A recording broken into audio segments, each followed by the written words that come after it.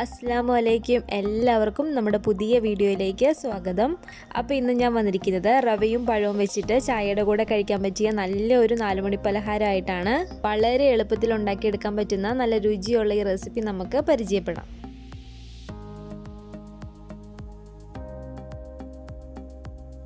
അപ്പോൾ അതിന് വേണ്ടിയിട്ട് ഞാനിവിടെ ഒരു 1.5 കപ്പ് വറുത്ത റവ എടുത്തിട്ടുണ്ട്. ഈ ഒരു കപ്പ് എന്ന് പറയുന്നത് 250 ml ആണ് ഈ കപ്പിൻ്റെ അളവ്. അപ്പോൾ നമുക്ക് ഈ പാത്രത്തിലേക്ക് റവ ഇട്ട് കൊടുക്കാം. ഇനി ഇതിലേക്ക് വേണ്ടത് ചെറുപഴമാണ്. ചെറുപഴം ഏത് വേണമെങ്കിലും എടുക്കാവുന്നതാണ്. നമുക്ക് ഈ ചെറുപഴം ചെറുതായിട്ട് കട്ട് ചെയ്തിട്ട് മിക്സിയുടെ ജാറിലേക്ക് ഇട്ട് കൊടുക്കാം.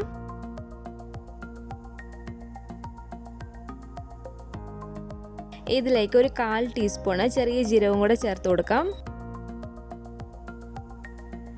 ഒരു 2 ഏലക്ക ചതച്ചതും കൂടെ നമുക്ക് ഇതിലേക്ക് ഇട്ട് കൊടുക്കാം. ഇതിലേക്ക് ഞാൻ മധുരത്തിന് വേണ്ടി എടുത്തിരിക്കുന്നത് ശർക്കരയാണ്. അപ്പോൾ നിങ്ങളുടെ മധുരത്തിന് ആവശ്യമായിട്ടുള്ള ശർക്കര ഇതിലേക്ക് ചേർത്ത് കൊടുക്കുക.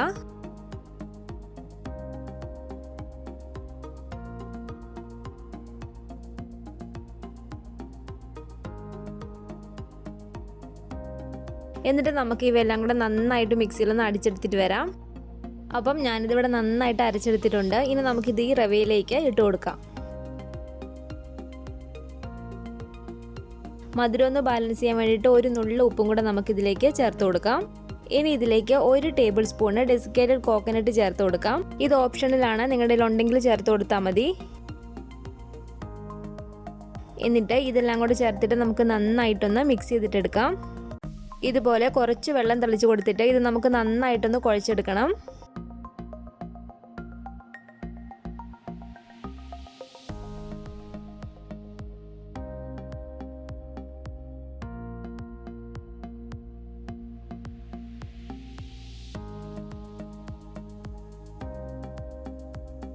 അപ്പം ഞാനിതിവിടെ നന്നായിട്ട് കുഴച്ചെടുത്തിട്ടുണ്ട്. മാവൊന്ന് നല്ല സോഫ്റ്റായിട്ട് വരുന്നിടം വരെ നന്നായിട്ടൊന്ന് കുഴച്ചെടുക്കുക. ഇനി കയ്യിൽ കുറച്ച് ഓയിലാക്കിയിട്ട് ഇതിനകത്തുനിന്ന് കുറച്ച് മാവ് എടുത്തിട്ട് കൈ കൊണ്ടൊന്ന് ഉരുട്ടിയെടുക്കുക.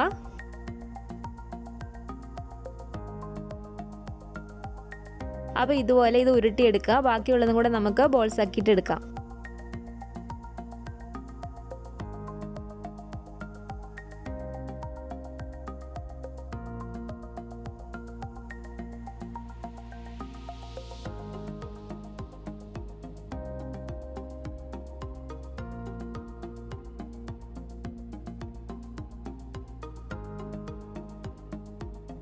അപ്പോൾ നമ്മുടെ മാവെല്ലാം ഞാൻ ഇതുപോലെ ഉരുട്ടിയെടുത്ത് വെച്ചിട്ടുണ്ട്.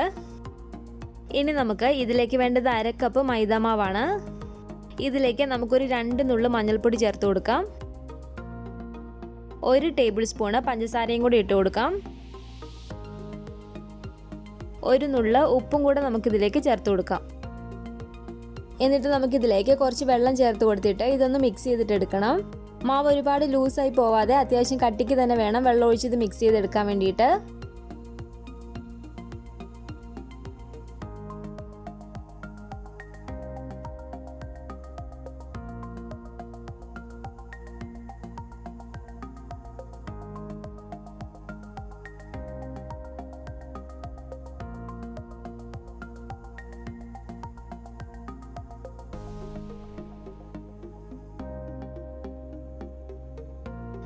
അപ്പോൾ ഞാനിതിവിടെ നന്നായിട്ട് മിക്സ് ചെയ്തെടുത്തിട്ടുണ്ട്.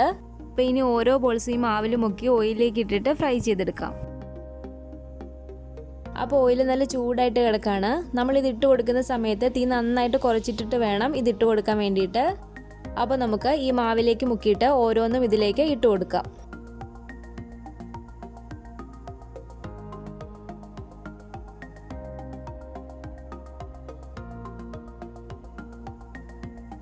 തീ നന്നായിട്ട് കുറച്ചിട്ടിട്ട് വേണം ഇത് ഫ്രൈ ചെയ്തെടുക്കാൻ വേണ്ടിയിട്ട്. തീ കൂട്ടിയിട്ടിട്ട് ഫ്രൈ ചെയ്തെടുത്താൽ പുറമെ നല്ലപോലെ മുരിഞ്ഞ പോലെ ഇരിക്കും, ഉൾവശം വെന്ത് കിട്ടില്ല. അതുകൊണ്ട് തീ നന്നായിട്ടൊന്ന് കുറച്ചിട്ടിട്ട് ഇത് ഫ്രൈ ചെയ്തെടുക്കാൻ വേണ്ടിയിട്ടൊന്ന് ശ്രദ്ധിക്കുക. ഇതുപോലെ തിരിച്ചു മറിച്ചു ഇട്ട് കൊടുത്തിട്ട് നന്നായിട്ടതൊന്ന് മുരിയിച്ചെടുക്കുക.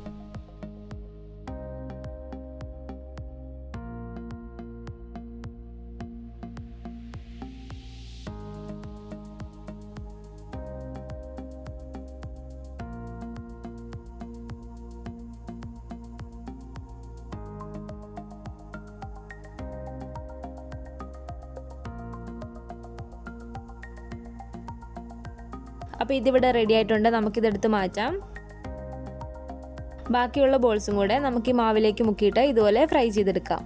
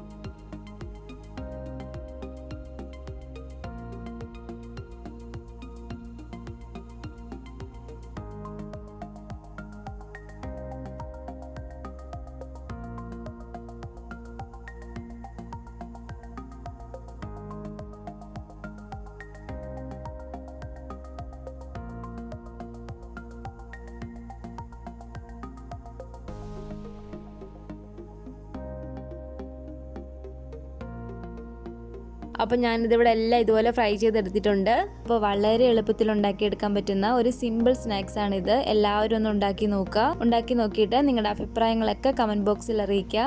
പിന്നെ നമ്മുടെ വീഡിയോ ഇഷ്ടപ്പെട്ടെങ്കിൽ ലൈക്ക് ചെയ്യുക. നിങ്ങളുടെ ഫാമിലി ഫ്രണ്ട്സൊക്കെ ആയിട്ടൊന്ന് ഷെയർ ചെയ്ത് കൊടുക്കുക. പുതിയതായിട്ട് ആരെങ്കിലും ഈ ചാനൽ കാണുന്നുണ്ടെങ്കിൽ താഴെ കാണുന്ന റെഡ് സബ്സ്ക്രൈബ് ബട്ടൺ ഒന്ന് പ്രസ് ചെയ്ത് സപ്പോർട്ട് ചെയ്യണേ. ബെൽ ഐക്കണും കൂടെ ക്ലിക്ക് ചെയ്ത് ഓൾ എന്ന ഓപ്ഷൻ കൊടുക്കുകയാണെങ്കിൽ ഞാനിടുന്ന എല്ലാ റെസിപ്പികളും നിങ്ങൾക്ക് നോട്ടിഫിക്കേഷനായി കിട്ടുന്നതായിരിക്കും. ഇൻഷാ അല്ലാഹ് വീണ്ടും നമുക്ക് ഇതുപോലെയുള്ള നല്ല നല്ല റെസിപ്പികളായിട്ട് കാണാം.